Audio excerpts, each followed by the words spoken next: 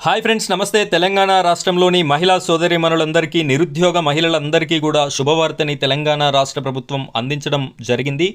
ప్రస్తుతం జరుగుతున్నటువంటి అసెంబ్లీ సమావేశాలలో భాగంగా తెలంగాణ రాష్ట్ర ముఖ్యమంత్రి వర్యులు రేవంత్ రెడ్డి గారు, అదేవిధంగా ఉప ముఖ్యమంత్రి వర్యులు బట్టి విక్రమార్క గారు ఈ అంగన్వాడీ నోటిఫికేషన్ పైన కీలక ప్రకటన అనేది చేయడమైతే జరిగింది.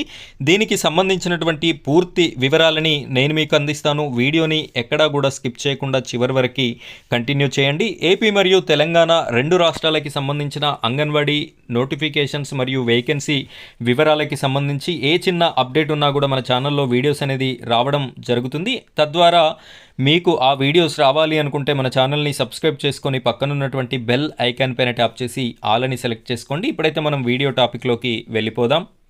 ఫ్రెండ్స్, ఇక్కడ మీరు చూడొచ్చు 14,236 అంగన్వాడీ పోస్టుల భర్తీ అని చెప్పేసి ప్రముఖ దినపత్రిక మనకు ఇక్కడ కనిపించడం జరుగుతుంది. తెలంగాణ రాష్ట్రంలో ఉన్నటువంటి 14,236 పోస్టులని గత కొన్ని రోజుల క్రితమే మార్చ్ 8వ తారీఖు రోజున నోటిఫికేషన్ విడుదలకి సిద్ధమైనటువంటి తెలంగాణ రాష్ట్ర ప్రభుత్వం అనివార్య కారణాల వల్ల వెనక్కి తగ్గడం అయితే మనందరికీ తెలిసిన విషయమే. దీనికి సంబంధించి డిప్యూటీ సీఎం గారైతే అసెంబ్లీలో నిన్న జరిగినటువంటి అసెంబ్లీ సమావేశాల్లో భాగంగా సభ్యులు అడిగినటువంటి ప్రశ్నకి బదులుగా వీరైతే ఆన్సర్ని ఇవ్వడం జరిగింది. ఈ యొక్క నోటిఫికేషన్ మీద కీలక ప్రకటన కూడా చేయడం జరిగింది.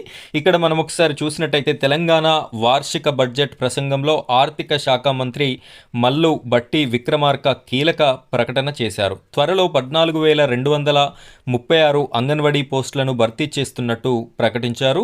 ఇక్కడ సాక్షాత్తు రెండో నెంబర్ అయినటువంటి ఉప ముఖ్యమంత్రి గారే ప్రకటించారు కాబట్టి ఈ యొక్క అంగన్వాడీ నోటిఫికేషన్ ఇక ఆగేటటువంటి సమస్య అయితే అసలే ఉండదు. మహిళా శిశు సంక్షేమ శాఖ ఆధ్వర్యంలో అంగన్వాడీ పోస్టులను భర్తీ చేయనున్నామని ఆయన అన్నారు. రాష్ట్ర వ్యాప్తంగా 14,236 ఖాళీ పోస్టులను భర్తీ చేయడం ద్వారా అంగన్వాడీ వ్యవస్థని బలోపేతం చేసేందుకు ప్రభుత్వం చర్యలు తీసుకుంటుందని చెప్పారు. ఇక్కడ 14,236 ఖాళీ పోస్టులున్నాయి. వీటన్నింటినీ భర్తీ చేయడం ద్వారా ప్రజలకి ఇచ్చేటటువంటి నిత్యావసర న్యూట్రిషన్ ఫుడ్ కానీ, ఎగ్స్ కానీ, పాలు కానీ, గర్భిణీ స్త్రీలకి అందించేటటువంటి పౌష్టికాహారాన్ని కానీ ప్రతి ఒక్కరికి కూడా బాగుంటుంది అని చెప్పేసి ప్రభుత్వం అయితే ఆలోచన చేయడం జరుగుతుంది.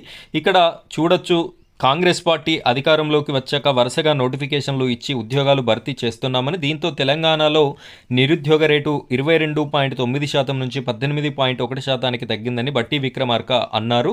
రాజీవ్ యువ వికాసం పథకానికి రూపాయలు 6,000 కోట్లను బడ్జెట్లో కేటాయించారు. దీనికి సంబంధించి ఎలా అప్లై చేసుకోవాలో కూడా నేను మీకు వీడియో అనేది పెట్టడం జరిగింది. మన ఛానల్లో ఉంది, మీరు దాన్ని చూసి అప్లై అనేది చేసుకోవచ్చు. రాజీవ్ యువ వికాసానికి సంబంధించి కూడా.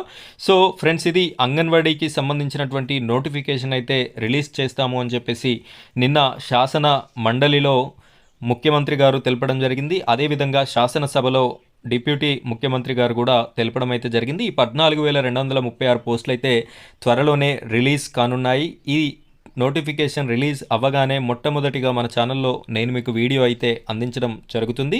ఆ వీడియో మీకు నోటిఫికేషన్ ద్వారా రావాలి అంటే మన ఛానల్ని సబ్స్క్రైబ్ చేసుకొని పక్కన ఉన్నటువంటి బెల్ ఐకాన్ పైన ట్యాప్ చేసి ఆల్ అని సెలెక్ట్ చేసుకోండి. నేను వీడియో పెట్టగానే మీకు నోటిఫికేషన్ అనేది రావడం జరుగుతుంది. ఇలాంటి మరిన్ని లేటెస్ట్ అంగన్వాడీ అప్డేట్స్ కోసం మన ఛానల్ని సపోర్ట్ చేయండి. Thank you friends, thank you very much.